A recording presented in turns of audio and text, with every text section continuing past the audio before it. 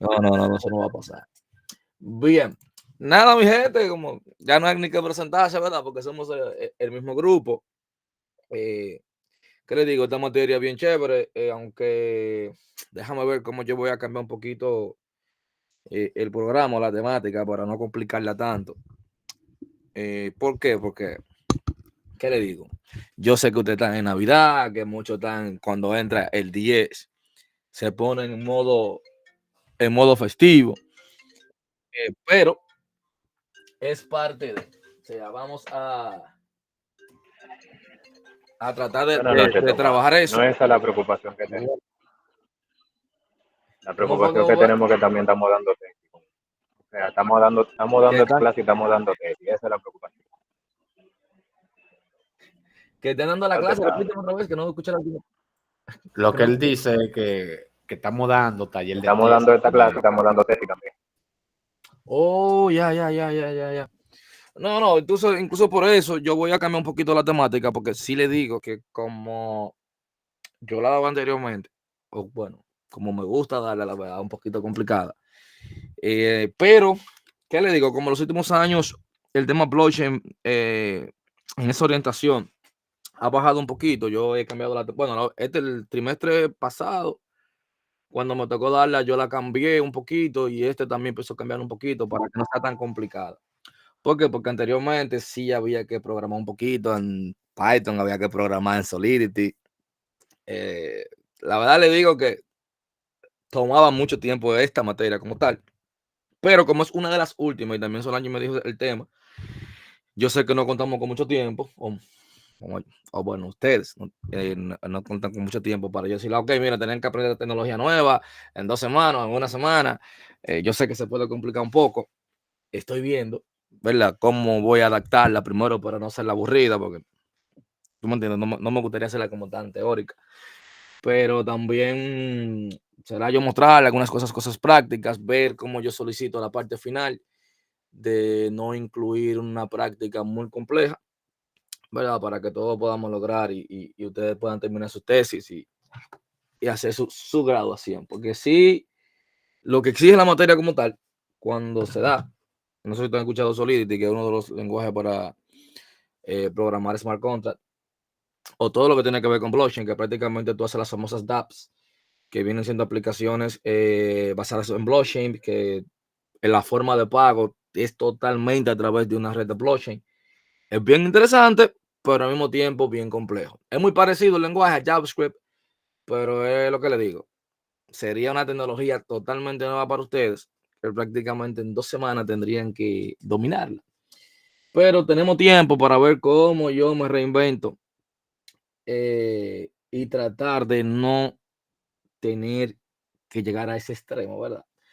Para poder ayudarle a ustedes pero como quiera que sí puedan ver lo que es un smart contract, cómo está conformado, cómo pudiésemos hacer uno, las herramientas que están y así sucesivamente, que es parte del proceso. Pero bien, miren, lo primero que yo voy a preguntar así rápidamente, ¿ustedes han escuchado el término blockchain o no? ¿Están familiarizados o qué les llega a la mente cuando ustedes escuchan la terminología blockchain? Vamos a ponerlo por aquí. ¿Tienen alguna idea? ¿La han utilizado o no? Bueno, yo he escuchado que es una tecnología como un tipo de registro distribuido que permite almacenar información de manera descentralizada. Funciona como si fuera una base de datos compartida entre múltiples nodos y cada uno de esos nodos pues está interconectado entre sí. Muy bien. Una palabra clave cuando tú mencionas blockchain, sistema distribuido, también otra palabra clave cuando tú hablas de blockchain es nodos. Miren, realmente el blockchain cuando, puedo decir algo, cuando viene a surgir o comienza su auge es en el 2008. Cuando tú hablas de blockchain, prácticamente la gente dice es una tecnología nueva. Y es lo mismo que yo digo con el tema de Big Data. La Big Data, la gente decía, una tecnología nueva. Yo, sí, es una tecnología nueva en cierto sentido, porque ya te crean un ecosistema. lo que hacen es que las herramientas que estaban anteriormente, que trabajaban de manera individual, entonces yo te la unifico y te creo un ecosistema que lo hago más poderoso. Entonces es lo mismo lo que hace la blockchain. La blockchain viene a través de la criptografía. Ustedes saben que de por sí la criptografía te sirve para el tema de la seguridad de la data. Entonces lo mismo hace el blockchain, se auxilia de las diferentes metodologías de criptografía, pero le agrega un método nuevo para el tema de verificación y lo descentraliza para hacerlo todavía más atractivo, tratando de venir a romper los esquemas. Entonces, ¿qué pasa? Ese blockchain que surge, vamos a decirlo así, en el 2028 la palabra, con el tema de Bitcoin. O sea, por eso que ustedes ven que cuando uno menciona blockchain, todo el mundo viene y de una vez dice, criptomoneda, menciona Bitcoin. ¿Pero por qué? Y es la verdad, es lo más cercano, porque es que la blockchain toma su auge, ¿verdad? A partir de Bitcoin, y ahí que comienza como a retumbar. Ustedes saben que la palabra Bitcoin fue prácticamente un concepto ahí en el 2008, que tenía que ver totalmente con finanzas. Decían que iban a sustituir los bancos, etcétera, etcétera, etcétera. Ustedes saben que en el pandemia por ahí, eso tuvo su auge. Hubo muchas personas que ganaron mucho dinero, otro grupo perdió mucho dinero. Porque es un mercado muy cambiante, pero todavía está ahí, todavía se siguen haciendo transacciones, pero yo creo que a mi entender bajó un poquito, bueno, un poquito no, ha bajado considerablemente, porque fue tanto así que lo que yo le dije, que surgieron lenguajes dedicados a esa tecnología.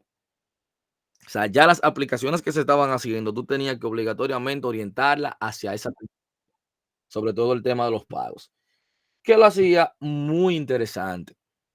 Muy interesante. Entonces, todo eso viene, que por eso yo le digo que es bien, bien chévere, porque sale en el 2008 a través de un manifiesto firmado por Satoshi Nakamoto. O dicen que es un seudónimo, que realmente no es su nombre. Dicen eso, habría que investigar esa parte. Todavía no se ha confirmado ni quién es ese tipo, pero en todos los libros de blockchain te va a salir Satoshi Nakamoto. Ahora, es lo que te habla de peer-to-peer. Y te habla de un sistema efectivo electrónico de redes. Entonces ahí surge la palabra peer-to-peer, que de eso vamos a hablar también. Vamos a hablar de un poquito de términos generales y luego vamos a ir aterrizando en cada uno de ellos a través de las clases que vienen a futuro. Entonces, ese peer-to-peer, que es lo primero que yo quiero mencionar. ¿Tú no te has escuchado eso de peer-to-peer? ¿O tú no has visto en alguna aplicación eso? Ah, no. Bueno, Dígame, Ángel. entonces normalmente se utiliza peer-to-peer ¿Quién? Repítame de nuevo si puedes, por favor. en los servidores de torrent. Torrent, exactamente. Ares, ¿ustedes recuerdan la Ares que ustedes utilizaban para descargar música? Era peer-to-peer. Entonces, ¿qué era lo que hacían esos servidores? Independientemente, te creaban un sistema distribuido o una capa distribuida. Entonces, por eso que te dicen que cuando hablas de blockchain, sí o sí, tú tienes que hablar. Eso es así, que siempre dicen eso. Para tú comprender los sistemas distribuidos en esencia, para tú entender la cadena de bloques, tú tienes que entender los sistemas distribuidos, cómo funciona. ¿Por qué? Porque la cadena de bloques es un núcleo, o sea, su núcleo es un sistema distribuido. Totalmente. Es un sistema distribuido descentralizado. Entonces, miren que los sistemas distribuidos yo creo que viene siendo como el núcleo de demasiadas cosas de la actualidad. Yo siempre he dicho que la nueva era, si tú tienes un MVP a todo lo que ha surgido a nivel de Big Data, a nivel de inteligencia artificial, a nivel de security, a nivel prácticamente de todo, esta nueva era ha sido gracias a los sistemas distribuidos. ¿Por qué? Porque son un paradigma informático en el que dos o más nodos trabajan entre sí, pero de manera coordinada. O sea, cuando tú tienes un sistema distribuido, que eso es lo que pasaba con ustedes cuando tenían los diferentes nodos. Por ejemplo, tú tenías varios nodos y usted tenía su computadora en su casa y usted veía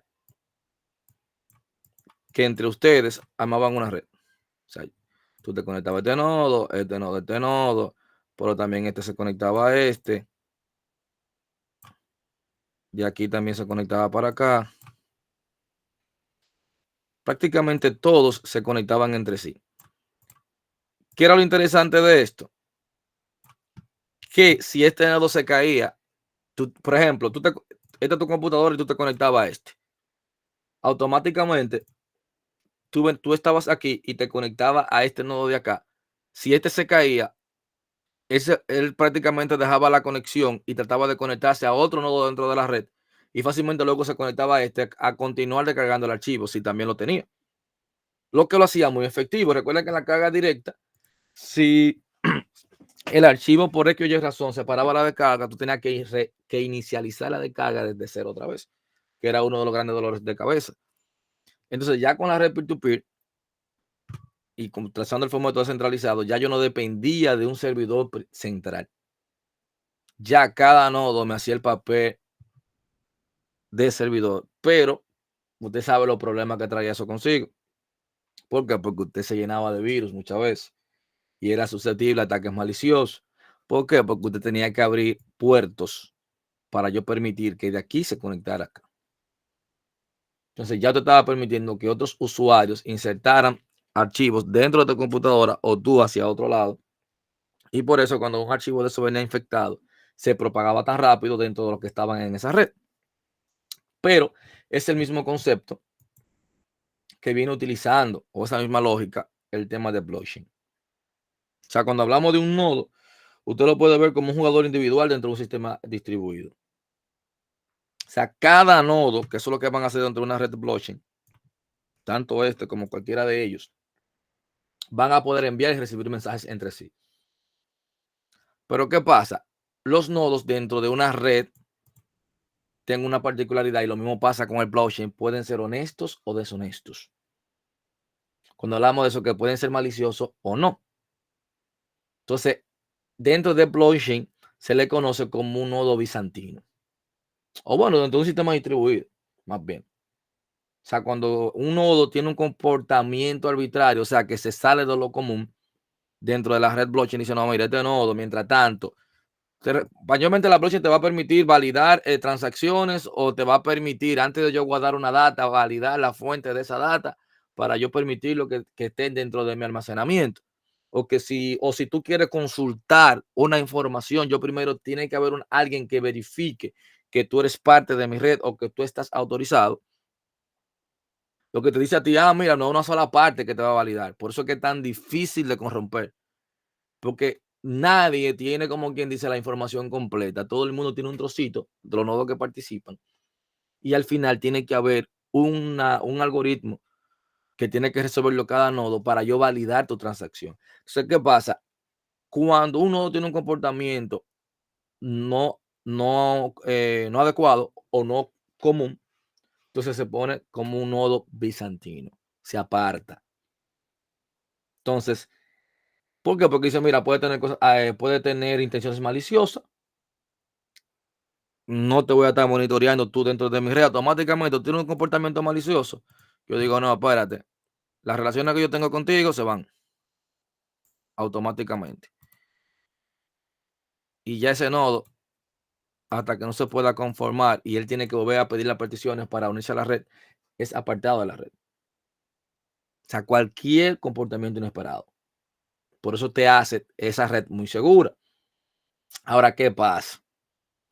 Se escucha muy bonito en la teoría.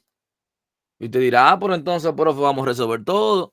Lo que tenemos que tomar es una red distribuida, le pusimos la criptografía y montamos una red de blockchain y ya tenemos una red segura. Entonces ahí es que yo le digo, no, pero no todos. Tú lo vas a resolver con una blockchain. ¿Por qué? Porque no todo el mundo va a necesitar esa seguridad. Por eso que ustedes ven que en el sector financiero, las grandes compañías de cloud es que utilizan esa tecnología. ¿Por qué? Porque es difícil de mantener, es costosa. También los profesionales que necesitamos para mantenerla. O sea, es un proceso. O sea, yo no puedo venir y pretender que yo voy a resolver todo así de sencillo. Porque uno de los principales desafíos que usted va a tener cuando va a trabajar con este método de blockchain o del sistema distribuido Es la coordinación entre los nodos y la tolerancia a fallas entre ellos. O sea, si alguno de los nodos falla o los enlaces de la red se rompen, el sistema distribuido debe tolerar eso y debe continuar funcionando sin problema. Entonces, usted lograr eso es bien complicado. O sea, que durante muchos años ha sido activa. Incluso, ustedes ven que en los clouds, cuando ustedes están creando, que por eso yo digo que mucha gente mencionaba, antes cuando uno hablaba del cloud, cuando uno hablaba de los servidores en la nube, uno hablaba como en términos futuristas. Y hoy en día eso es el presente. Ustedes los que trabajan con aplicaciones o manejan TI, cuando tú vas a montar un data center, si tú no lo tienes, lo primero que tú piensas es en el cloud. ¿Cómo yo montaría esto en el cloud? Porque es seguro y aparte de también económico, comparado con un data center tradicional. Es mucho más económico yo mantenerlo. Ahora, todo va a depender también del servicio, obviamente, porque si voy a montar un servidor con SQL, ¿verdad? Yo voy a tener que estar licenciado sí o sí. Aunque como quiera, la gente usa su truco, ¿verdad? Y lo hace sin el tema de la licencia, pero también es muy riesgoso porque ya estamos hablando de que tú tienes una IP pública y estás en una servidora en la nube y tú ni siquiera tienes licencia, entonces no va a tener parche de seguridad. Es una locura tú hacerlo de esa manera, porque como yo le digo, sí, tú lo puedes lograr que funcione, sería lo ideal, o no sería el escenario ideal para tú trabajar a nivel empresarial con ese tipo de datos. Entonces, ya usted sabe que tiene el desafío de diseñar esa red. O sea, con todos los sistemas distribuidos, vamos a buscar imágenes acá.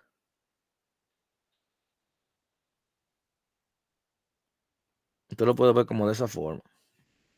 Fíjense que dentro de la nube, quizá yo tengo una granja de servidores y luego hay dentro de esa nube todo el mundo va a consumir servicios. Yo voy a tener cliente, servidor.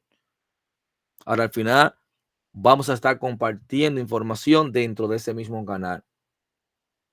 Ahora, ¿qué pasa? Los sistemas distribuidos son tan difíciles de diseñar que se ha demostrado un teorema conocido como el teorema CAP. Vamos a ponérselo por aquí. Tú tienes el teorema CAP, que te viene hablando de coherencia, disponibilidad y tolerancia. ¿Qué es lo que te dice? Que un sistema distribuido, lamentablemente, no puede tener todas las propiedades deseadas simultáneamente. O sea, el teorema establece que cualquier sistema distribuido no puede tener tolerancia de consistencia, disponibilidad y partición simultáneamente. Te dirá, ¿pero por qué? Bueno, pues con la coherencia, ¿verdad? Es una propiedad que garantiza que todos los nodos de un sistema distribuido tengan una única copia de datos más reciente. O sea, que todos tengan una copia. Estamos hablando que es milisegundos que tú vas a tener para hacer las replicaciones. Disponibilidad significa que el sistema esté activo siempre. O sea, accesible para su uso. O sea, que si yo te hago una solicitud, tú me respondas. Sin fallas. Cada vez que yo te necesite, tú estés ahí. Entonces, la tolerancia garantiza que si un grupo de nodos falla, el sistema distribuido seguirá funcionando correctamente. Entonces, para usted lograr la tolerancia a falla, se utiliza la replicación.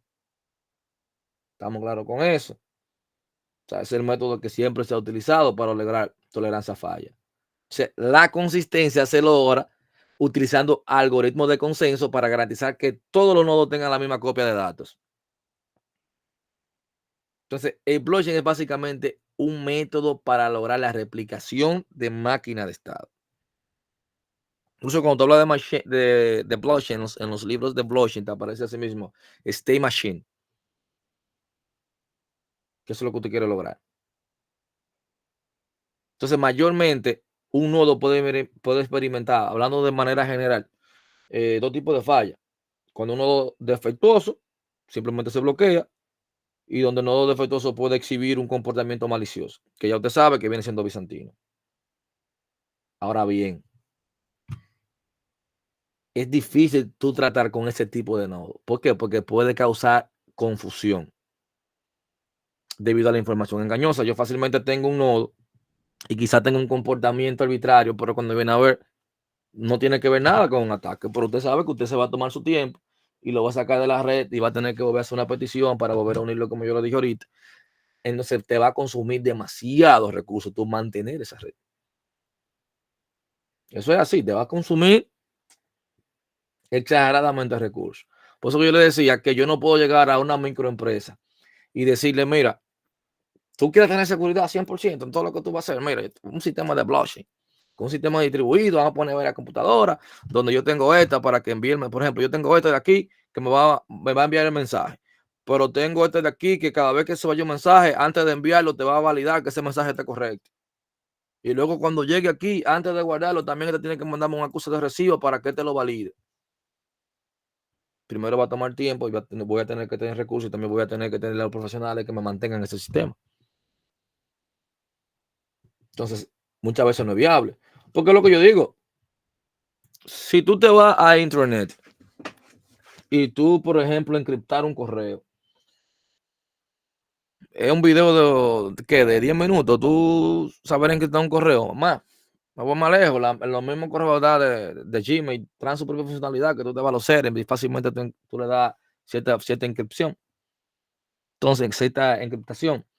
Entonces, no es complejo hacerlo. Y usted dirá, ¿pero por qué la gente no utiliza esa metodología? Bueno, porque va a tardar más tiempo en mandar información.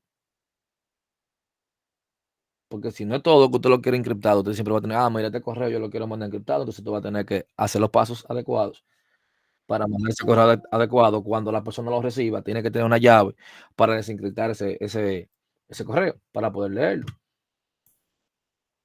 Y usted sabe que vivimos en la era de que la gente quiere todo de manera exageradamente rápida.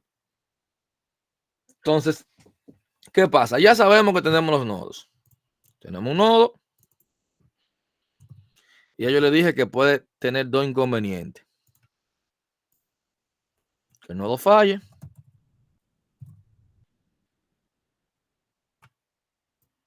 Y que puedo tener también el problema, se llama así, bizantino.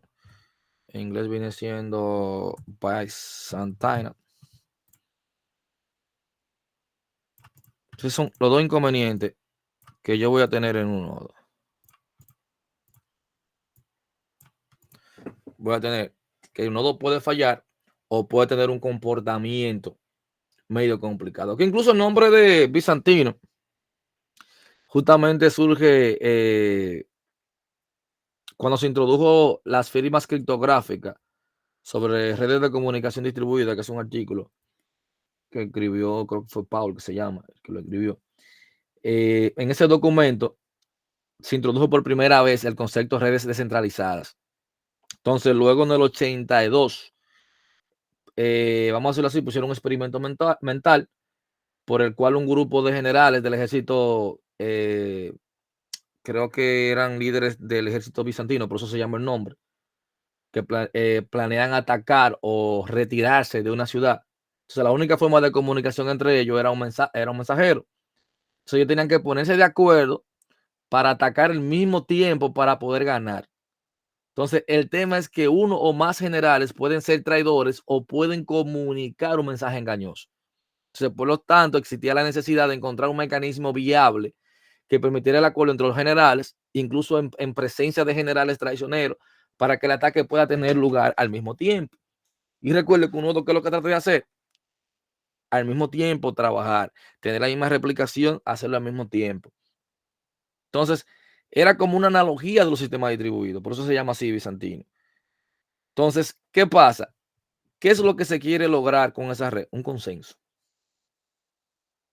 O sea, ¿qué es lo que yo quiero lograr? Entonces, o el problema también para yo poder resolver de cuál es el nodo engañoso y cuál no. Entonces, ahí es que se habla también del algoritmo de tolerancia a prácticas fallas bizantinas, que ya eso fue posteriormente en el 2009, que se realizó la primera implementación práctica, el famoso Proof of Work, que luego hablaremos de eso en clase, que eso creo que en la segunda clase tenemos Proof of Stake, Proof of Work, cómo funciona cada una de ellas. La terminología se utiliza más para temas de blockchain, pero es un mecanismo que usted lo pudiese implementar, la verdad, hacerle algunas variantes y utilizarlo en otro entorno. pero es como el proof of work viene siendo un consenso. O sea, que cuando yo digo consenso, un proceso de acuerdo entre los nodos decodificados. O sea, llegan a un acuerdo de cómo van a descodificar o codificar los datos. ¿Cómo yo lo voy a lograr? Ya yo le dije que es codificación. Entonces quiere decir que usted puede utilizar diferentes algoritmos. Ahora, los nodos tienen que ponerse de acuerdo cuál algoritmo que van a utilizar. ¿Quiénes van a participar de ese consenso? Entonces también eso va a ser parte de esa red de blockchain. Eso es lo que lo hace más interesante, que yo no tengo un patrón a seguir. Cada red tú vas a poner, mira, yo necesito tantas confirmaciones. O tales nodos van a trabajar de esta manera y tienen que resolver este problema matemático. Cada quien lo puede elegir un diferente problema matemático. Ahora, la idea es que entre múltiples nodos llegar a un consenso. O sea, esa cantidad de nodos que te van a determinar a ti si esa data es correcta o no es correcta. O en este caso, si este nodo está funcionando ok o no. No es que este vino, porque eso es lo chévere de esto, que si alguien tomó el control de este nodo para tratar de engañarme a este solamente no puede decirme a mí, mira, ese nodo no funciona. No, no. Tiene que haber un consenso de múltiples nodos que estén de acuerdo a que ese nodo está sospechoso. Que eso es lo interesante de eso. Entonces, ¿cómo se logra eso? Un conjunto de pasos que lo van a definir dependiendo de la metodología que usted vaya a utilizar. O sea, usted le va a indicar a cada nodo cuáles son los pasos a seguir. Entonces, hay varios requisitos que deben cumplirse para proporcionar los resultados deseados de un mecanismo de consenso. ¿Por qué? Dentro de eso, usted puede mencionar lo primero que usted tiene que tener para ese mecanismo de consenso, así rápidamente, por mencionarle algo, tienen que hacer un acuerdo. Entonces, en ese acuerdo, todos los nodos honestos deciden sobre el mismo valor. Usted tiene que tener una terminación. También todos los nodos honestos terminan la ejecución del proceso de consenso y eventualmente llegan a la decisión. Pero también tiene que tener validez.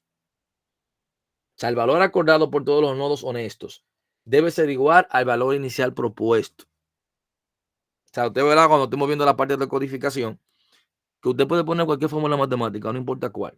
Obviamente, mientras más compleja es, más recursos usted va a gastar para poder llegar a una decisión. Más tiempo le va a tomar también poder hacer la validación. Es más seguro, pero también usted sabe que va a tener más gasto de recursos. Ahora también usted tiene que ser tolerante a fallas.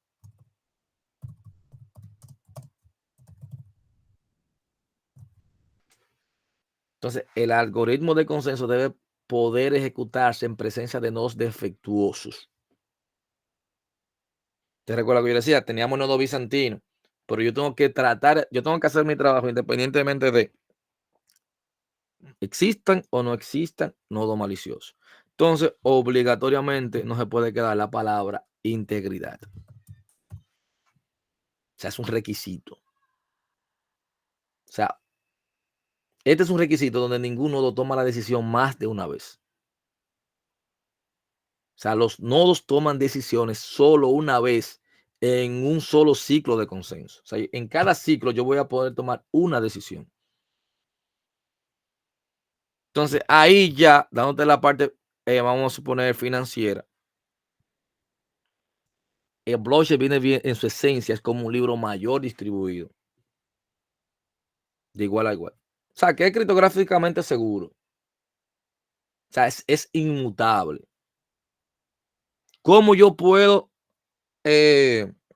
actualizarlo? Mediante un consenso. O sea, usted puede verlo así. Blockchain viene siendo, usted lo puede considerar como una capa de red distribuida. Tal cual como la internet. O sea, usted va a tener diferentes capas, diferentes conexiones, diferentes transacciones. Pero esa cadena de bloques viene siendo como el libro mayor en contabilidad, por las transacciones. O sea, el blockchain viene siendo una base de datos distribuida que se va a compartir entre cada uno. Es decir, yo tengo que tener una copia, tú tienes que tener una copia, tú tienes que tener una copia. O sea, obviamente, ya sabemos, porque se estamos hablando de nodo, que la información es electrónica, o sea, se va a almacenar de manera digital. O sea, lo que lo hace muy diferente a una base de datos típica.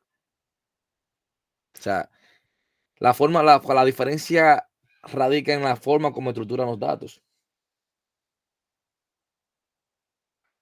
O sea, cuando yo tengo una blockchain, usted tiene que hablar de bloques, que luego lo haremos eso. O sea, si yo hablo de blockchain, usted habla de bloques. Ahora, cada bloque de eso, de esa blockchain, de esa cadena, que va a estar conformado por un sinfín de bloques, va a tener cierta capacidad, que no es mucho, que también lo vamos a ver, yo le voy a enseñar a ustedes cómo definir un bloque a nivel de código, cómo yo lo haría. Ahora, cuando yo hago ese bloque, va a tener cierta capacidad de almacenamiento. ¿Y qué pasa? Cuando ese bloque se llena, se cierra y se vincula al bloque previamente llenado. Lo que hace que forme una cadena. Por ejemplo, yo tengo este bloque que está aquí. Imaginémonos que ahora yo tengo, ya este se llenó. Ese viene siendo mi génesis, que luego hablaremos de eso también. Y luego vengo acá y tengo ahora otro bloque que también se llena. Entonces, este bloque se va a unir a este. Y luego viene este bloque. Tengo un bloque nuevo. Este va a ser mi otro bloque, siendo como mi bloque 3.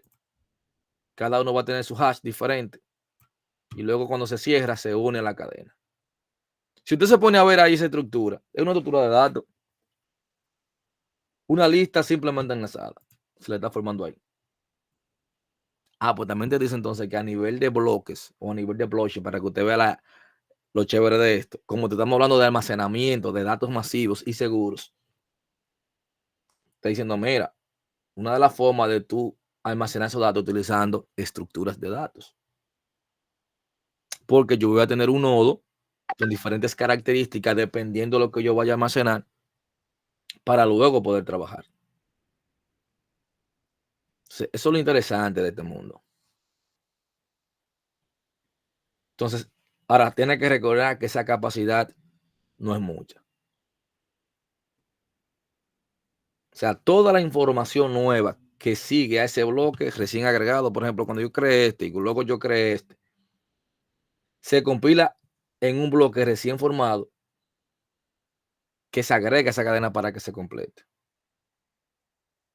Usted sabe que una base de datos normal, ¿dónde te va a guardar las tablas? Eso es así. Ahora, la blockchain, como su nombre lo indica, te lo va a guardar, te lo va a estructurar en trozos, en bloques. Ahora, cada bloque de eso se va a almacenar entre sí. Fíjense ahí. Ahora, porque me está diciendo, fíjate como yo te estoy diciendo que yo voy a tener un apuntador. Eso es lo mismo como ustedes vieron una estructura de datos. ¿Por qué? Porque tiene eficiencia.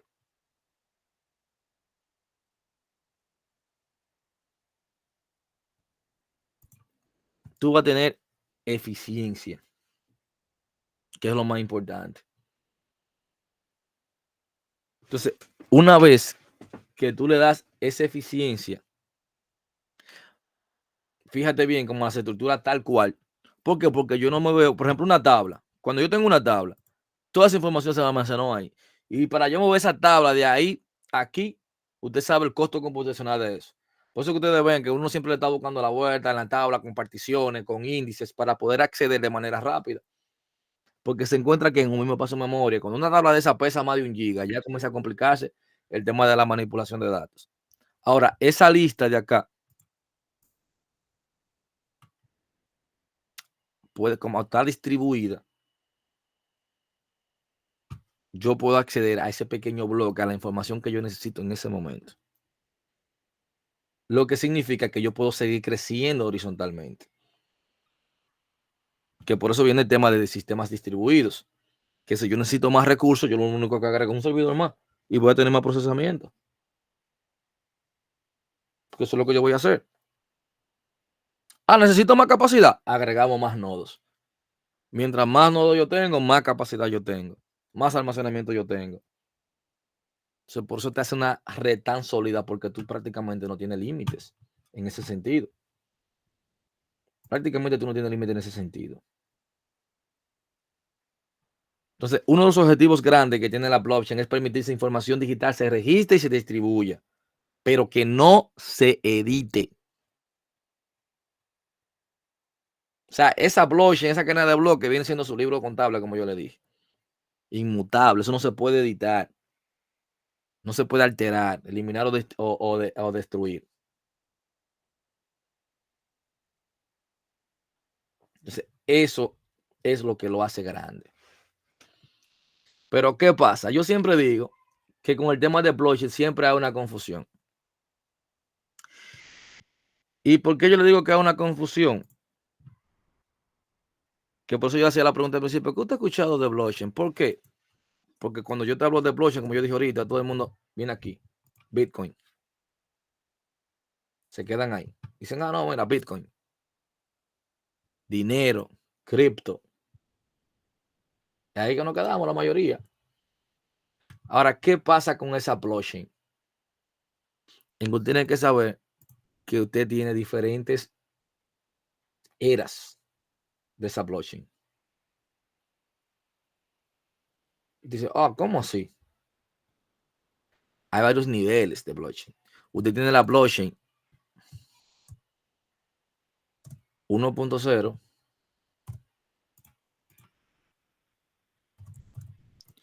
Usted va a tener la blockchain 2.0.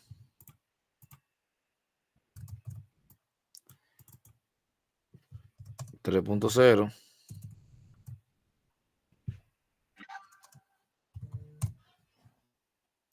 Tira, ok, pero ¿para qué no funciona cada uno? Cuando surge esta es la que está relacionada con el Bitcoin.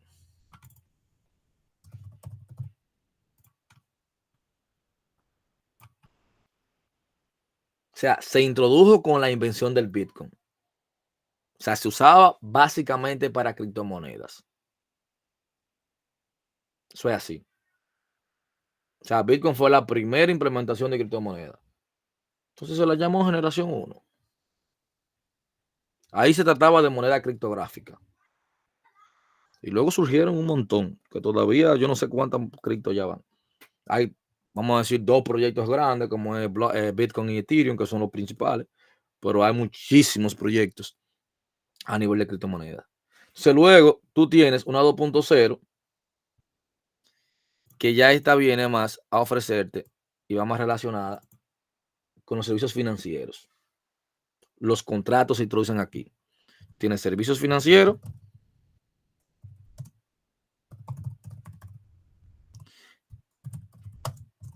los famosos smart contracts, que todavía siguen siendo un boom, ¿eh? Porque es una forma también de tú darle validez. Por eso ustedes están viendo hoy en día que ya tenemos páginas para firmas digitales. Para mí me ha facilitado la vida, señores. Anteriormente tenía yo que ir a WAP. Cada vez que había un contrato, había que ir sí o sí hasta para publicar nota, había que ir a registro y yo tenía que firmar. Y cada vez que recibía carga académica tenía que firmar el contrato. Pero ya con el tema de firmas digitales, ya validadas, que hay empresas ya que están certificadas que es válido, que lo que yo firme por ahí es totalmente válido. Entonces te ahorran un tiempo sumamente considerable. Entonces eso es lo interesante de esto. Entonces en la versión 2 teníamos esos smart contracts. Fíjense que ya todavía son tecnologías que la gente desconoce. Pero ¿qué pasa? Es como todo. Ustedes saben que toda esta tecnología tienen años y años y años funcionando, usándose por un pequeño público. Y luego ya cuando se comienza a utilizar de manera masiva, es que se hace como, que, vamos a decirlo así, que la gente lo ve como nuevo, pero realmente tiene su historia, su background detrás y su evolución. Porque es lo mismo que la inteligencia artificial. La gente cree que la inteligencia artificial, eso fue los otros días. Por eso estamos hablando de la inteligencia artificial desde 1956. Paso a paso haciendo desarrollo. Lo mismo pasa con los contratos inteligentes. Entonces, como yo lo dije ahorita, realmente para mi gusto o mi entender, bajó un poquito. Entiendo yo, porque esa tecnología de verdad yo se lo digo que venía, que yo dije, hay que aprender a hacer smart contract. Yo dije, esto es una nueva carrera, esto es nuevo mercado, hay que aprender Solidity. Incluso hubo un momento que yo aprendí a desarrollar con Solidity, porque yo decía, la vuelta no era México, la vuelta era a aprender eso, para ese tipo de aplicaciones. Y la verdad estaba chulo, no te voy a decir que no. Y no es que no se vaya a utilizar, porque yo veo que en un momento dado el futuro va hacia allá.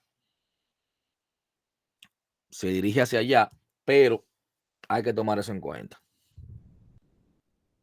O sea, y que ustedes como que están en el área, que verdad que esos smart contracts no le cagan de sorpresa, porque usted lo tiene ahí, usted está viendo que realmente, ok, la versión 1 tengo los Bitcoin, tengo la versión 2, tengo los servicios financieros, tengo los smart contracts, que son de las cosas, vamos a decirlo así, que fueron el boom ahí, pero luego entonces también, ¿qué viene siendo eso? La versión 3. Ya aquí las aplicaciones venían más allá de la industria financiera y ya se utilizaban en industrias de propósito general. Ya aquí comenzó a aplicarse en el gobierno, en el sector salud, las artes, que yo creo que no sé si te han escuchado los famosos NFT, que hay gente que lo ha vendido hasta un NFT de hasta $1 millón. Miren que el año pasado justamente tenía yo un compañero de trabajo que alguien le regaló un NFT y me dice a mí, mira, me regalaron esto, qué sé yo qué. Y él lo vendió, yo no lo podía creer. O sea, cuando se lo regalaron a él no costaba $5, cuando se lo regalaron. Y a los 6 meses, él lo vendió en $3,000. Exactamente, no fungible en toque. Sí, como dice Samuel, se está desplomando. Por eso que yo le decía que ustedes en cierto sentido se salvan.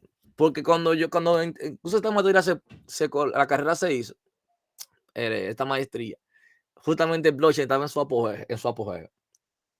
Y yo se lo digo, justamente esta materia era un dolor de cabeza. Por lo menos en el primer año, las 3 veces que la impartí, yo lo puedo decir que ahí los estudiantes aprendían, pero sudaban.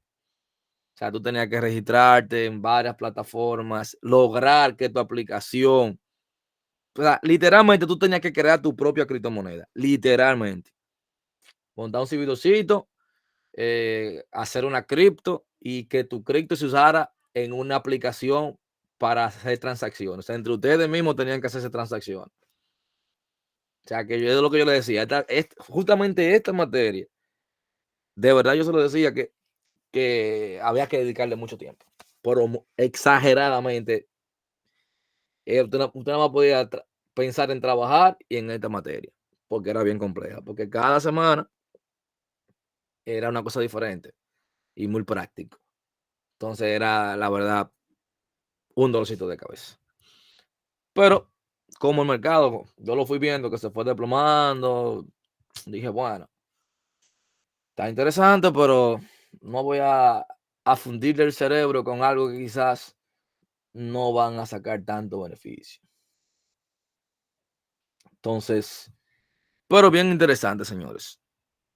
Miren qué pasa, que ahí es que yo voy, por eso yo digo, siempre debemos conocer las historias de las cosas. Yo le decía a ustedes, cuando hablábamos de blockchain, la gente se queda aquí. Y fíjense que tiene 3 versiones. Pero sin contar, la verdad, sin contar. No hay problema, Samuel. Bueno, también Samuel da un aporte ahí que dice que son toques basados en blockchain. Puede ser un arte como foto, video, GIF, exactamente. E incluso a una red social. Que también ese compañero que tengo en el trabajo me mostró. Que la gente se dedica como a hacer ese tipo de arte y suben cierto GIF y reciben muchas reproducciones y por la cantidad de reproducciones que reciben le hacen un pago a nivel de cripto. Incluso justamente esta mañana estaba yo viendo también un tema como de IPTV, que tú ponías a correr esa IPTV como tú le prestabas tus recursos y fácilmente tú corrías un nodo en tu computadora para que se usara como streaming, y también por la cantidad de personas que estuvieran utilizando en tu nodo te hacían un pago, como utilizando tus recursos computacionales como servidor de streaming. O sea, es un proyecto así que también hay muchos proyectos, por eso le decía. Hay muchos proyectos bien interesantes a nivel de blockchain. O sea, que fíjense que ahora no tiene límites. Ahora, el tema está en tú lograr esta computación, esto de aquí, lograr que cada nodo se conecte entre sí. Porque fíjense que en cada uno tú vas a tener que estar cogiendo un agente. Que incluso la misma plataforma de Azure, que es viene siendo como un poquito más centralizada. Yo puedo tener, por ejemplo, en la nube un servidor y ustedes ven que todo el mundo se conecta de manera segura. Pero para yo poder permitirte que tú me controles mi cuenta de Azure, muchas veces yo te instalo un agente. No es lo mismo, pero viene siendo como algo parecido. Como yo te doy algo que te autorizo a que tú puedas hacer ciertos cambios o interactuar conmigo. Pero también no puedo dejar de mencionar que ya viene siendo la madre de todas.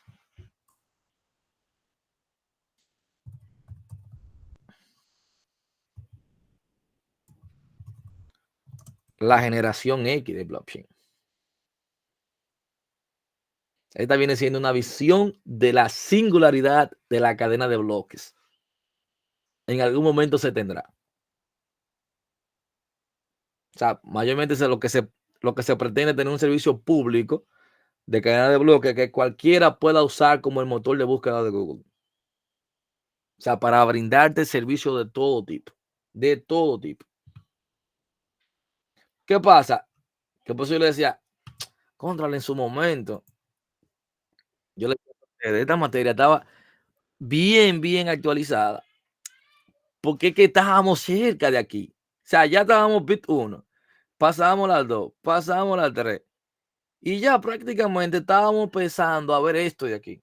Porque que esos servicios llegaron, la verdad, llegaron prácticamente todos al mismo tiempo. Y eso lo hacía bien interesante. Y en ese momento era más emocionante hablar de la tecnología porque era algo que se estaba viendo palpable. Ustedes saben que hablaban de los bancos. Yo, la verdad, nunca fui tan optimista porque yo decía, es que un banco con el poder que tiene, no es la verdad que va a venir una cripto a desplomarte. Y más que ustedes ven que este tipo de cripto se utiliza en la deep web. Que digo, que yo te puedo rastrear, que esto, que lo otro, no, pero que tú puedes crear demasiadas carteras. Este tipo de tecnología se presta para demasiadas cosas y no teníamos una regulación.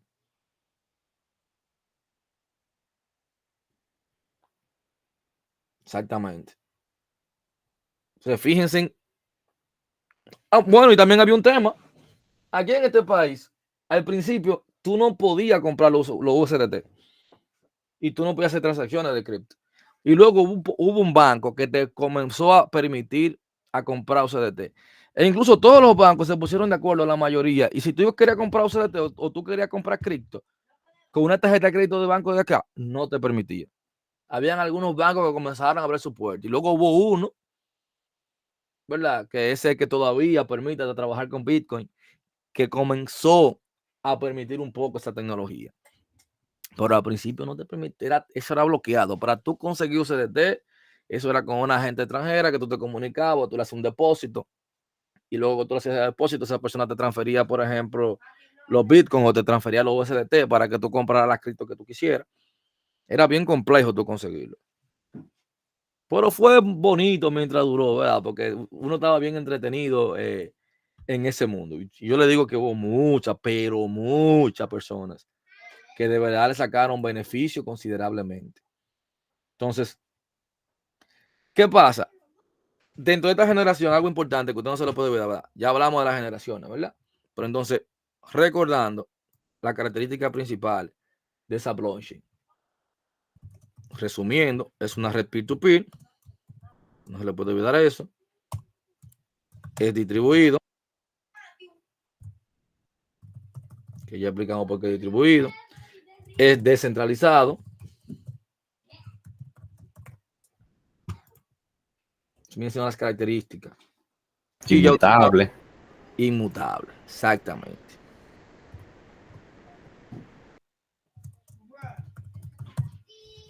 Eso no se le puede olvidar. Ya sabemos, yo le dije a la principal que era Bitcoin. Entonces, lo chévere de eso es que te va a dar una robustez en los datos. O sea, ¿por qué? Porque todos los nodos pueden modificar y validar la información. Pero también como te permite que todos los nodos tengan que validar la información. Recuerden la palabra que yo dije ahorita de la consistencia. Entonces, es uno de los grandes retos que usted tiene cuando es una red de blockchain. ¿Cómo usted va a lograr alcanzar esa consistencia de los datos? ¿Y cómo usted va a lograr ese acuerdo entre todos los participantes? Entonces, ahí es que viene otra de las cosas que yo le mencioné, el famoso consenso, ¿verdad? Usted recuerda el consenso. Y uno de los que lo mencioné, el proof of work. O sea, para yo poder lograr esa robustez que me prometen, para yo poder lograr esos acuerdos que dije que deben de permitirse, ¿cómo yo voy a lograr eso? Robustez de datos. Eso es así. Y eso lo resuelve proof of work. Ahí va, además, yo le dije. ¿Por qué?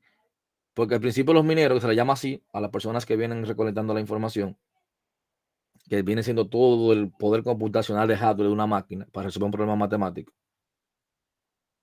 Pero luego Ethereum te trajo el proof of stake. ¿Qué pasaba con el proof of work? No sé si ustedes, seguro algunos de ustedes llegaron a escuchar eso. Creo que algunos de ustedes lo llegaron a escuchar. Que te decían, una granja de servidores. Literalmente era una granja de servidores. Que incluso una de las cosas que estaban utilizando para atacar como que el Bitcoin no creciera, era ese tema de la energía eléctrica, porque te decía que era un peligro para la contaminación ambiental. Porque la verdad, imagínate una tarjeta. Ahí fue que Nvidia se hizo millonario. Una tarjetita creo que era la 80, la 1080, que eso costaba como $300, $400. Una tarjetita gráfica. Señores, esa tarjeta se vio a $2,000 y pico de dólares. El que tenía una tarjeta de esa estaba lavando dinero. Tenía dinero en su mano. Subió el doble y un chin más. El doble. Sí. Eso fue una locura. Ahí fue que yo tenía una 1070, disculpe el interrumpa, que yo la había comprado en 12. Y cuando llegó ese boom, vi gente comprándola en 35. Señores, eso fue un año de locura. Ahí fue que Nvidia, fue tanto así, que Nvidia como fabricante, hubo un momento prácticamente colapsó porque tú tenías que ordenar una tarjeta gráfica para que te la llegara como en 3 meses. Llegó un momento que por eso fue que también se puso tan cara, que Nvidia no tenía las tarjetas. O sea, era tanta la demanda que yo no tenía para dártela. Para que tú tengas una idea. O sea, por eso yo le decía que hacer sistema distribuido sale costoso, porque una tarjetita de esa, por ejemplo, una tarjeta sencilla de Nvidia, de la que se utilizaban prácticamente, bueno, sí, como dice Samuel, $2,500, $2,200, $2,400. Y si yo te digo de las que son industriales, te cuestan de $10,000 a $50,000 una tarjeta, para que tú tengas una idea. Y ellos lo que hacían era que compraban un board, que te tomaran una cuanta tarjeta de esa, la ponían ahí en paralelo a funcionar. Pero imagínate esa tarjeta todo el tiempo a su máxima expresión trabajando. La cantidad de energía. Entonces, fue una locura lo que sucedió. Una locura. Que fíjense que hoy en día siguen dando vigente por el tema de los gamers. Por Nvidia también supo aprovechar el mercado. Porque ahora tienen una tarjeta también poderosa que traen el GPU para el tema de los agentes. O sea, para cuando yo quiero hacer un agente en inteligencia artificial, que eso tengo, para yo poder hacerlo, tengo que tener unas tarjetas de esas, que son muy buenas. Para usted crear prácticamente su propio ChatGPT. Usted tiene que tener dedicada. Sí, tiene que tener su GPU ahí. Y esas tarjetas vienen exclusivas para correr de esos agentes. pero ya ustedes saben, es un dinerito. No es tan fácil como se ve por el tema de los gastos. Pero ustedes saben, como siempre, este mundo de la tecnología. Según van pasando los años, va minimizando los costos, lo que significa que va a llegar un momento que no van a ser tan caras. Y decir que cada quien va a poder tener una y cada quien va a poder comenzar a experimentar más con inteligencia artificial. Ejemplo, la nueva computadora de Apple, la nueva Mac que lanzaron el año pasado, ya te trae una tarjeta integrada con memoria dedicada. Entonces ya ahí tú puedes montar un agente y yo lo probé y eso funciona de maravilla. O sea, ahí tú montas un modelo en llama. Es decir, que prácticamente tú entrenas tu propia inteligencia artificial sin necesidad de ChatGPT y eso te funciona de mil maravillas. Tú la entrenas con un documento, con el tema que tú quieras y te vas a responder sumamente rápido y muy coherente. O sea que, ¿qué es lo que le digo? Al final, todo va de la mano. Todas las tecnologías van de la mano. Ahora, una de las partes más interesantes que se está utilizando el blockchain hoy en día, que yo le dije que era una base de datos, ¿verdad? El almacenamiento. Se viene siendo una de las, vamos a decirlo así, de los boom de la blockchain. ¿Por qué? Porque con mayor seguridad por la encriptación, esa es una, y más barato por ser descentralizado, el almacenamiento en la nube, prácticamente el blockchain transformó ese negocio. Lo transformó. ¿Por qué? Porque te está dando encriptación y como estoy descentralizado, entonces es mucho más barato. Entonces estoy dando mejor precio a mejor seguridad. O sea, todas las industrias tienen requisitos de almacenamiento. No solo para temas de procesar, sino para calcular también enormes cantidades de datos. Porque muchas veces tú tienes una tabla, yo tengo débito y crédito, pero tú vas a un cálculo del margen de beneficio de millones de datos. Entonces, el almacenamiento basado en blockchain, incluso en su etapa inicial, está surgiendo como una mejor alternativa a los sistemas tradicionales de almacenamiento, sobre todo en la nube, porque recuerde que queremos llegar a todo. O sea, ya hoy en día, cuando usted va de cualquier proyecto, siempre piénselo y oriéntelo a la nube, que hay que al final, que usted no quiera, uno va a morir ahí. Eso es así. Ahora, obviamente la ubicación física es el primer desafío que tiene, sí, estamos claros de eso. O sea, es posible que el centro de datos y su ubicación estén muy alejados, lo que puede causar retrasos y errores. Por ejemplo, el mismo Netflix, para usted trabajar con el streaming, que yo siempre digo, Netflix es el ejemplo claro, como para uno, por ejemplo, usted ve que usted tiene, cuando usted compara Netflix con otra plataforma, dice, ven acá, pero ¿por qué en Netflix me carga tan rápido? La serie, con una gotica de internet, yo puedo ver una serie. Como un relámpago, me cargó. Y fácilmente, y con otra plataforma necesito un mancho de banda. Pero es una delicia usted leerse la arquitectura de Netflix, cómo funciona. Los acuerdos que tuvo que hacer, las diferentes tecnologías que utiliza, que prácticamente él te entrega, cuando ya se acuerda en algunos países con los diferentes ISP, él te entrega como si fuera local prácticamente el servicio o las series. Por eso que tú ves que se te cargan tan rápido. Y con lo mínimo de internet tú estás viendo una serie o algo en streaming con ellos. Que es lo que le digo, no es que tal cual así, pero lo más parecido que usted va a tener, por ejemplo, a ese layer distribuido. O sea, porque cuando usted habla de la internet, los avances que tuvo fue gracias a los sistemas distribuidos. O sea, el desarrollo de la nueva tecnología que hoy usted está viendo, como yo le mencioné ahorita, tiene que ver con la capa de distribución. O sea, Distributed Ledger Technology. El peer-to-peer, que también es una de las cosas que hay que tomar en cuenta. El ejemplo claro es el BitTorrent, UTorrent, que eso es lo que más uno utiliza. Que todavía, que después como que había caído, volvió y resurgió como el ave fénix, realmente. Y entonces se pone a pensar otra vez que la gente comenzó a utilizar el tema de uTorrent cuando le tenía miedo por el tema de virus, pero ahora con el tema de blockchain, ahora es más seguro. Entonces ya la gente volvió otra vez a utilizarlo para descargar películas, para descargar videojuegos. Y fíjese que ahora usted tiene menos problemas de tema de infección de virus, pero por la seguridad que usted está utilizando BitTorrent ahora. Sumamente rápido. Y prácticamente esa empresa había caído. ¿Por qué? Por todas las brechas de seguridad que tenía. Pero comenzaron a aplicar el mismo tema de consenso para mejorar.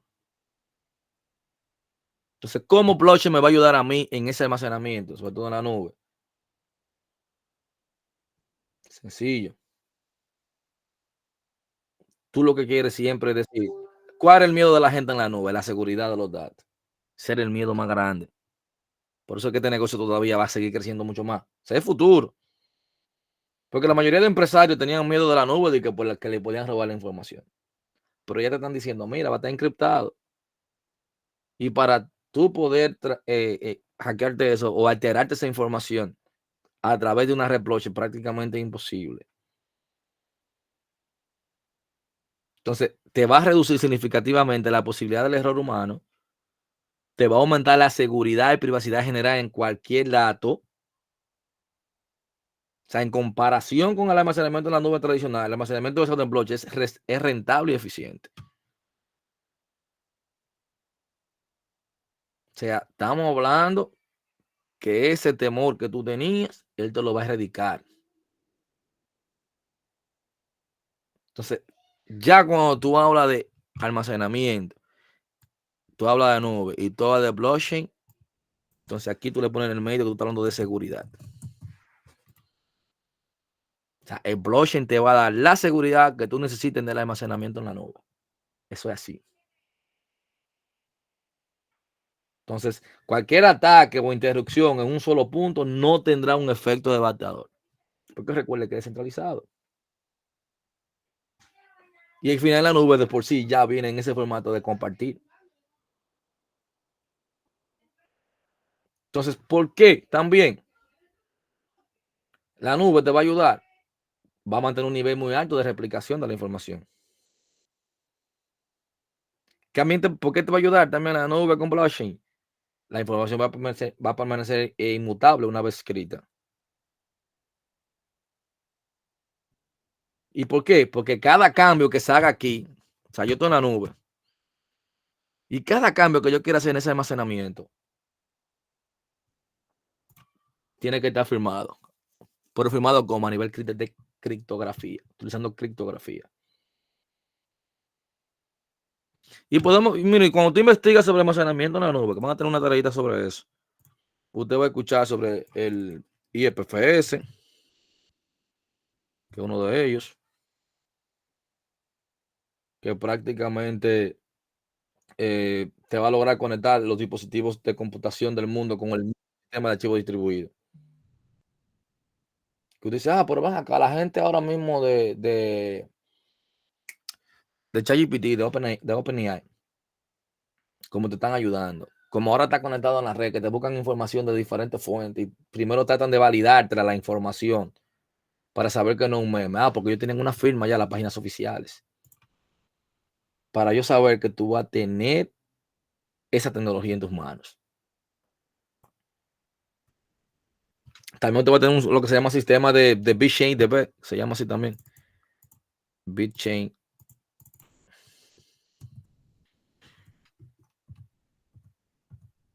Se me borró. BitChain DB. Que va a ser una combinación de los principales beneficios de la base de datos no relacionales que se utilizan tradicionalmente con las características que hacen atractiva la tecnología blockchain. O sea, ese también está creciendo mucho. Porque te va a dar la facilidad que te daban ellos. O sea, lo que tú querías, los sistemas transaccionales normales. Pero también te va a dar la seguridad del mismo blockchain. Entonces, cuando usted habla de blockchain, usted tiene que hacer en la mano, en la mente, que almacenamiento en la nube, identificaciones digitales, registros, contratos inteligentes, cadena de suministros, seguridad automatizada y uno de los más importantes, que yo creo que eso va a revolucionar el mundo, que aquí sí va a ser mucho más fácil, que usted pueda votar dentro de su humilde hogar. Es peligroso también, ¿verdad? Porque se puede prestar, pero imagínese que se dice que si usted ejecutó, se supone que esa información es válida y una vez que usted lo hace, nadie la puede alterar. Por el momento, aunque luego hablaremos del ataque del 51%, que es uno de los ataques que más o menos se intentó hacer en su momento a la blockchain, que casi con éxito, pero no fue que se completó. Hasta el momento no se ha podido demostrar así un ataque a un sistema de eso, bien estructurados. Se quiere decir que tienen una ventaja enorme. Tienen una ventaja enorme. Y miren que quizás uno lo ve desde ese punto de vista y dice, no, pero que está bien complejo, uno cae atrás de eso, que cómo uno lo va a lograr, los recursos que necesitan, o sea, que tú dices, ven acá, ¿quién va a implementar eso? Porque es como demasiada cosa que tú me estás pidiendo para tú poder lograr algo. Yo te diría, no necesariamente. ¿Por qué? Porque cada vez más, como yo le comentaba, esa misma blockchain, esos equipos tecnológicos que yo necesito, va a ir reduciendo los costos. Entonces, por eso yo le decía, hay que pensar en el futuro. Hay que pensar en el futuro, sí o sí.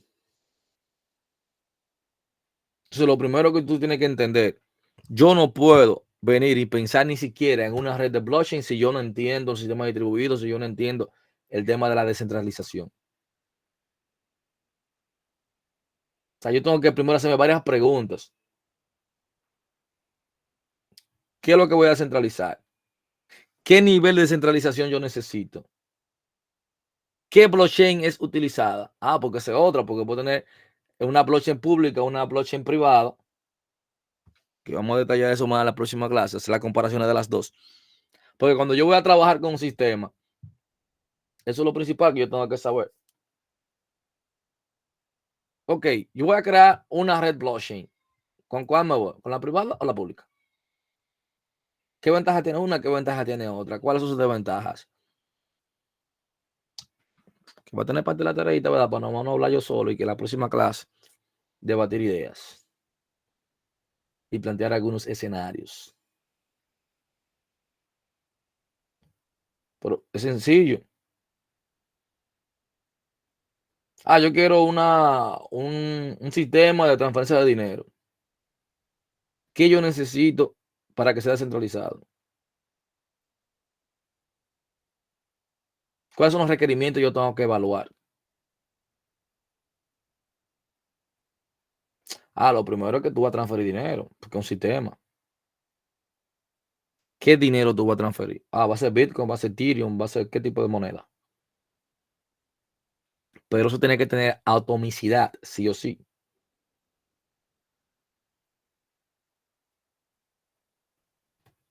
No, pero mira, tiene que ser descentralizado. ¿Por qué? Porque tú vas a transferir dinero. Va a ser Bitcoin y tiene que tener atomicidad.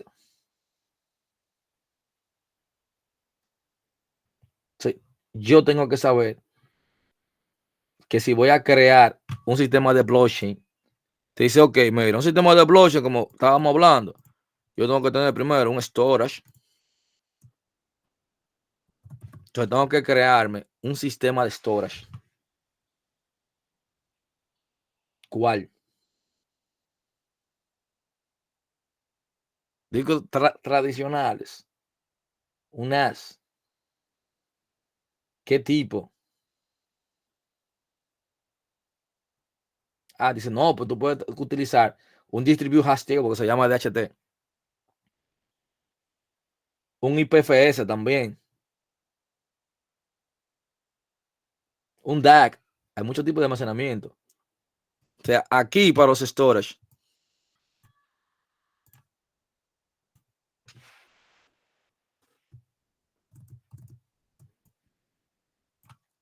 fíjense, para tú hablar de un diseño,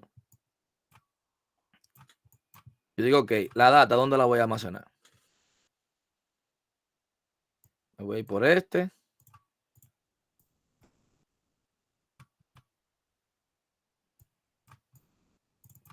Que ahí puedo tener un DHT. Que viene siendo Distribute Hash Table.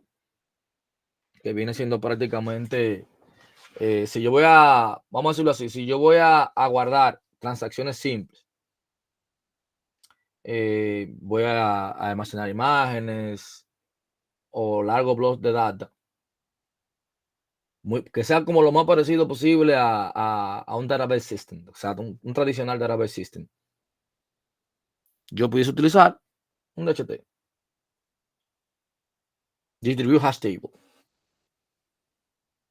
¿Por qué? Porque este vino originalmente para el tema que estábamos hablando de los peer-to-peer. BitTorrent, eso es lo que utiliza. Kazaa, eso es lo que utiliza. Esa es la idea de ese. O sea, el mismo BitTorrent prácticamente se convirtió famoso por eso, porque supo aplicarlo de la manera correcta. Porque primero te tienes que tomar en cuenta que los usuarios usualmente no van a tener esos files permanentemente en su computadora. O sea, tienes que siempre pensar, ven acá, y si el nodo y 7 nodos tiene cierta información, y si él se desconectó, me desinstaló el programa, ya. Esa información que la tenía él únicamente. O sea, ya yo no voy a tener esa información más. Entonces por eso yo lo pongo distribuidos. Porque esa es la idea. Ok, si él quiere volver a hacer un rejoin a la network que yo tengo que tomar en cuenta que lo que él tenía y se ponga disponible otra vez.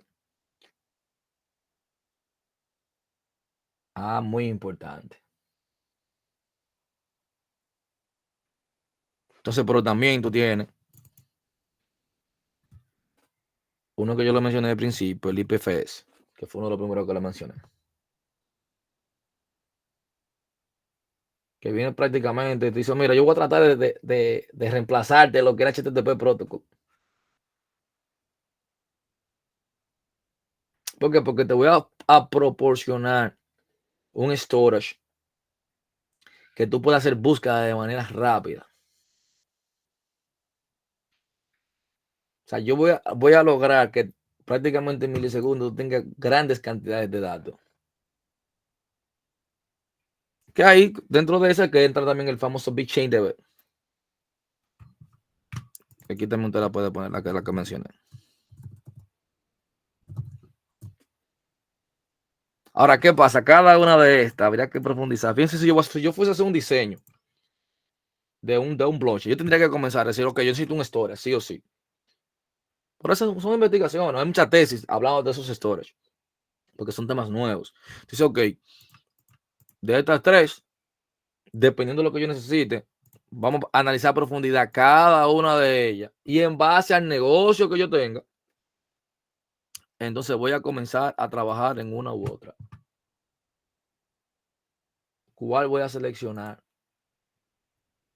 de las tres? Ok, lo estoy diseñando, pero ¿qué voy a seleccionar? Pero entonces, ok, ya yo tengo el storage. Vamos a imaginarnos que yo voy a seleccionar el IPFS. Ya yo sé cómo lo voy a guardar. Entonces, ¿qué necesito ahora? La comunicación.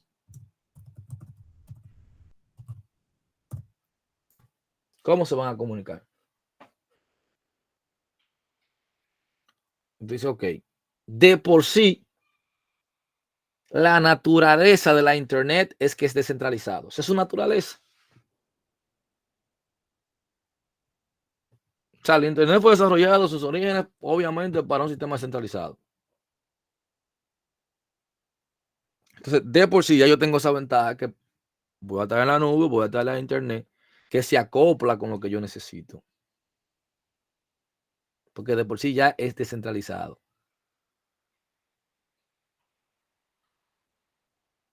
Pero también que yo necesito la computación.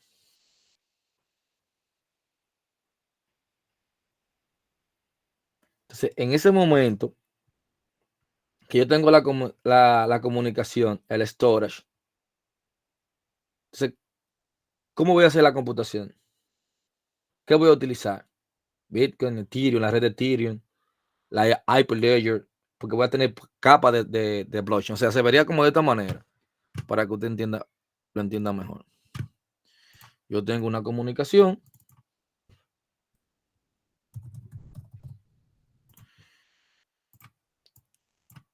Aquí voy a tener un storage. Entonces, de esos storage, la computación, ¿cómo la voy a tener? ¿Cuál va a ser mi blockchain? Porque hay diferentes redes de blockchain. Porque aquí te voy a tener muchos proyectos de blockchain. Entonces, ¿cuál de todos los que existen voy a utilizar? Yo pudiese tratar de crear mi propio blockchain. Pero ¿qué pasa? Recuerde que hay un tema de credibilidad. Si usted no está montado en un buen proyecto de blockchain, prácticamente nadie usaría tu producto. Por no decirle nada. Pero muy pocas personas utilizarían tu producto. Pero muy pocas. Porque al final, para yo tener esta red aquí, todo esto de aquí, si yo me voy a verlo de una manera,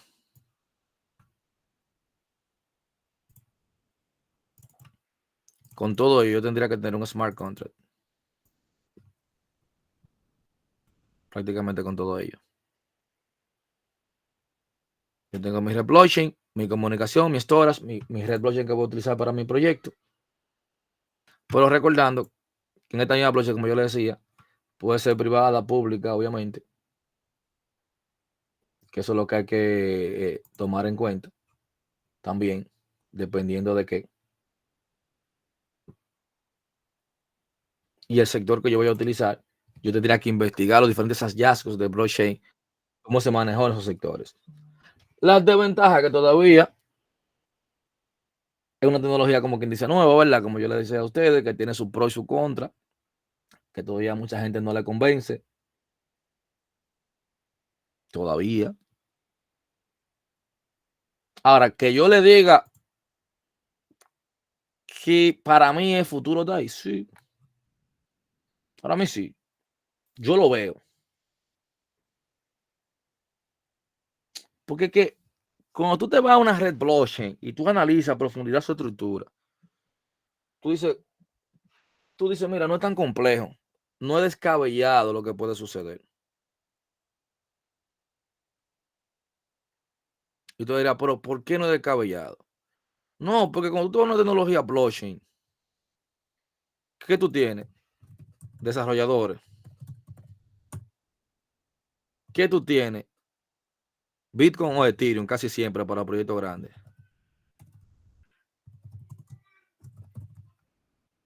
¿Qué más tú tienes? Los usuarios. ¿Y qué más tú tienes? Los mineros. Entonces, ¿qué pasa con el tema? Tú vas a tener desarrolladores que van a ser los grupos encargados de desarrollar el software que implementa el protocolo. Ya. Ellos te van a permitir utilizar Bitcoin, Ethereum. Ahora, tú vas a tener los usuarios que son los que van a consumir, ¿verdad? Son los que ejecutan un software en su máquina. Ahora, los mineros son los que van a activar ese software. O sea, la capacidad de minado van a ser a través de los mineros. O sea, esto se distingue de los usuarios normales porque ya esto tienen una capacidad computacional para participar en el proceso de verificación de los bloques. Por algún temita. Los desarrolladores de por sí te saben que siempre tú vas a conseguir compañías que te desarrollen tecnología. Está bien. Pero tú vas a tener un problema clave. Usuarios y mineros. Yo lograr que se conecten usuarios y yo tener una recompensa donde yo no pierda para que también tener mineros que son los validadores, para que mi red sea segura. Por eso fue que tantos proyectos colapsaron. Porque tú mantener una red con credibilidad. Aquí se llamaba mucho el tema de ballena, que venía una gente y te compraba prácticamente vamos a decir así, que compraba como mucha cripto o compraba mucho de lo que tú vendías y se veía que en el mercado que estaba creciendo, pero cuando tú analizabas todas las acciones de esa empresa prácticamente era de un solo usuario. Es decir, que si ese usuario se desconectaba, prácticamente la compañía se desplomaba. Entonces, para yo mantener un proyecto de blockchain pasaba eso. Es decir, si yo fuera un banco y yo fuera a crear, por ejemplo, yo fuera cualquier banco del país, y yo dije, mira, para que se me haga, porque se puede usar, yo siempre lo he dicho. Por ejemplo, si fuera una gasolinera, vamos a ponerlo así, una gasolinera. Si la gasolina cuesta, por ejemplo, 300 pesos, yo creo mi propia moneda y yo te la vendo. Cuando tú pagas con mi cripto, yo te la cobro a 290, 10 pesos menos. Pero para tú comprar esos créditos, tú vas a tener que comprar con dinero real. Pero ¿qué me garantiza a mí o la ventaja que yo tengo de que tú tengas mi cripto? En que cuando tú compras un saldo, tú siempre vas a tener o tú vas a estar fidelizado a mí. Yo estoy seguro que tú me vas a gastar el combustible a mí. Yo estoy seguro que van a estar a mí. Eso va a ser así. Entonces, pero bien. Entonces, como lo dije en la clase anterior, yo le voy a mandar el mismo, por eso lo vamos a dejar hasta acá, para continuar hablando, porque me interesa más poner una tarea primero para no estar hablando yo solo y que luego podamos compartir ideas, la que voy a colocar hoy, para hacerla un poquito, debatir un poquito más los temas. Y en la tercera semana, parecido como hicimos en un curso, yo le voy a pasar un link donde luego yo le voy a poner a ustedes unos temas que yo necesito que ustedes me hablen. Y hacemos así, como en una semana presentan 3 grupos, en otra semana presentan 3 grupos más, para no hacerla como tan larga la clase. Como cuando hablan muchos grupos, yo sé que la mente a ustedes se les satura, para que no se puedan saturar, para que no se saturen, mejor dicho. Pero entonces en la siguiente clase vamos a seguir hablando de los smart contracts, de la blockchain público-privado, y ya la tercera semana entonces sí vamos a ver códigos, aunque yo no le pido a ustedes quizás que me lo hagan, pero sí explicarlo, cómo funciona, cómo es un blockchain por detrás, cómo funciona un nodo, viendo ya esa parte ya más técnica. Bien, si no tienen ninguna pregunta por el momento, entonces nos veríamos en la próxima clase.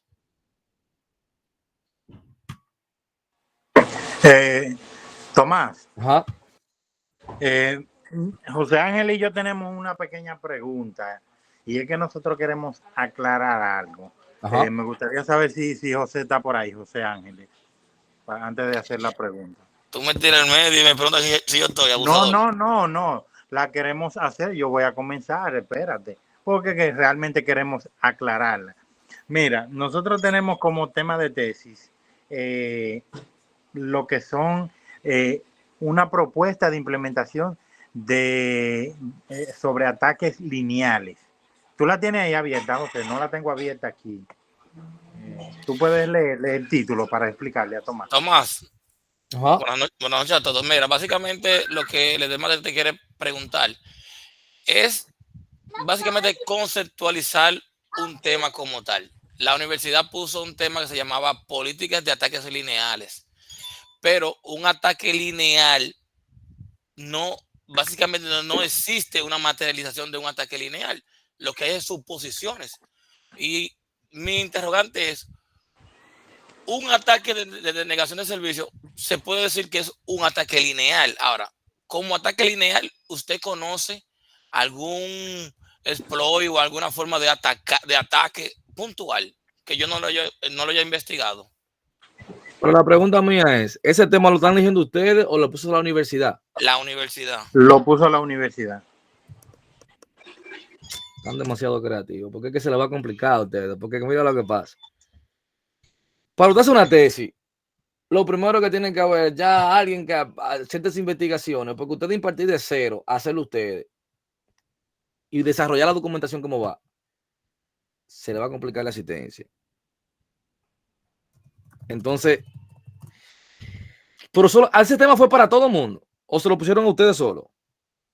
No, yo puse una lista y de la lista yo tomé el mismo, porque al final es una propuesta de realización de una política de prevención. Ahora, cuando yo me enfrento a un ataque lineal, yo me pongo a investigar, ok, ¿y qué? José, déjame leerlo el título, que lo tengo aquí a mano, para que Tomás caiga en contexto. El tema que tomamos fue de política de ataques lineales. Entonces, nosotros tenemos propuesta de implementación de políticas y procedimientos en ciberseguridad para ataques lineales en una institución financiera que donde trabajamos. Tengo que repetirlo más o menos. No, pero por ejemplo, ahí ellos lo que te están tratando de hacer, como que ustedes analicen un ataque. Quizás vamos a suponer, para decirte algo, tú sabes que cuando hablan de ataques lineales te están hablando de cifrado, de criptografía. O sea, intentando romper una criptografía. Correcto. Eso es lo que te están diciendo. Ahora, tú sabes que hay diferentes algoritmos criptográficos. Me imagino que ellos quieren que tú te bases, supongo, como una tesis, en uno o dos ataques. Por ejemplo, que tú digas, mira, yo voy a hacer un estudio, no sé, analizando vulnerabilidades de ataque lineal, por ejemplo, un estudio comparativo entre tal algoritmo de cifrado y tal algoritmo de cifrado, para ver como en esa institución, en base a lo que ellos hacen, tomando en cuenta, ¿verdad?, la rapidez de cada uno, la seguridad de cada uno, cuál sería más vulnerable y cuál chocaría menos como con el proceso de esa empresa. Un ejemplo, como que tú quieras ver cuál es más seguro o hacer un estudio entre, por ejemplo, el DS y AS, por ejemplo. Viene siendo como el tema que ustedes tendrían. Porque al final es criptografía pura. Pero es como ustedes demostrar, según yo lo veo para la tesis, como de todo lo que existe, ustedes toman uno o dos, o uno en específico que ustedes quieran, como para demostrar cómo se adaptaría ese algoritmo y si es seguro o no es seguro para esa compañía. O mejor aún, si ustedes hacen como una comparación entre dos. Sería también más chévere. O sea que un ataque de denegación de servicio no cae en ataque lineal. Es que, ¿cómo te digo? Concepto, viene cayendo, realmente, viene cayendo, pero tú te quedarías como muy básico. Exacto, no, el tema es que nosotros queremos caer en cuáles serían los que cumplirían con ese requerimiento realmente, porque ya después que uno tenga... Mira, a ver, tú tienes ahí, tú puedes hacer una comparación con el DAS o el AES, tratando de corromper esos que están acá, que son los más utilizados. Sí, pero oye, Tomás, lo que yo ando buscando realmente con las consultas, que las voy a seguir haciendo, es que no me venga un profesor creativo y me diga a mí, pero con un ataque lineal es básicamente un ataque de negación de servicio. Voy a poner un ejemplo. Un ataque a la base de datos por una vulnerabilidad X, donde yo sé que estoy hablando de criptografía pura. Entonces, como que ando como en dos aguas y es que no te pueden decir eso, porque al final cuando tú hablas de ataque lineal, donde quiera que tú lo busques, lo primero que te van a salir son la criptografía. Es lo que entiendo. Pero óyeme, el ataque de negación de servicios sí cae, obviamente, pero es que como que yo lo veo como tan sencillo como para una tesis, quizás. Es mi pensar. Tú sabes, como que... O que suena como muy quemado. Ajá, como que se cae tan obvio y que un ataque de negación de servicio es como, ok, yo instalé un Fortinet y le activé la licencia y prácticamente ya tú eliminaste el problema. Exacto. Tú sabes la solución antes de comenzar a hacer la tesis. Entonces, como que no me cuadra ese ahí. Sí, no, definitivamente. Aquí lo que me da como un choque es que el concepto, como está el tema, políticas de ataques lineales, es como tan abierto y no me lo cierran. Entonces yo lo quisiera cerrar. Pero mira, eso es sencillo. Es una encargada que es la directora, bueno, el nombre de ella no me acuerdo ahora, Dios mío, pero habla con Solange, que es la encargada de la tesis, que no es Solange, hay una que es la que se encarga de eso, de la tesis, de la maestría. Solange te puede dar el nombre. Ella viene siendo como la presidenta de la tesis. ¿Sí? Entonces ustedes le presentan el tema a ella, el que ustedes pretenden hacer, para que ella se lo apruebe. El tema, realmente, Tomás, el tema lo tenemos aprobado. El O tema bueno, no lo la idea aprobaron en no, perdón, anteproyecto perdón. ya. La idea central, como ustedes lo van a desarrollar. Exacto. Para que Exacto. luego, óyeme, después que ella te dijo que sí, olvídate que ahí no hay nadie que te pueda decir que no después. Ah, bueno. Asegúrate con ella. Porque ya el tema lo aprobaron en anteproyecto, nos hicieron las recomendaciones de mejora y nosotros lo adaptamos y lo tenemos ahí en Q, pero como ya estamos dando ahora taller de tesis 2 Ajá. y queremos tenerla prácticamente en más de un 70% al finalizar la materia, queremos estar claros para no quedarnos como ambiguos y que lo que dice José, que venga un jurado, un profesor creativo y te diga no, pero que y te cambia la cosa y te devuelva. ¿Tú entiendes? Ahí es que está el No, pero detalle. no te vas a devolver, porque si asegúrate con la señora, porque de verdad cuando ella te dé el visto bueno, ustedes le presentan la idea que ustedes tienen. Si ella te dijo que sí, olvídate que si viene un creativo, tú le dices, ah, mira, yo hablé con ella, y tú hablas con ella otra vez y ella va a llamar al profesor, y tú no vas a tener de otra que aceptarlo. ¿Tú me entiendes? Tú no te vas a traer ahí. No, nítido. Ok. Gracias, Tomás. Gracias, Tomás, entonces. Siempre. Pues ya ustedes saben, se cuidan. Y acuérdense al final de esta materia, darle los tips para que le vaya bien en esa tesis, porque es que a veces me ponen de jurado a mí y se complican ustedes con tonterías. Pero acuérdense en eso al final de este curso, para darle los tips para que ustedes pasen eso. Que a todo el mundo le vaya bien. Excelente. Porque yo siempre soy de jurado y casi siempre todo el mundo falla en lo mismo. Entonces, ahí yo lo voy a ayudar. Vamos a agarrar una hora o media hora hablando de eso nada más. Al final del curso. Ya ustedes saben. Ya usted, para Tomás. exacto. Ya usted actualizó ya la. Miguel Arias, Tomás, Miguel Arias. No, la voy a subir. En un momento lo voy a actualizar. De acuerdo. De acuerdo. Que pasen buena noche. Igual, bye. Ok, buenas noches. Buenas Buenas noches. noches.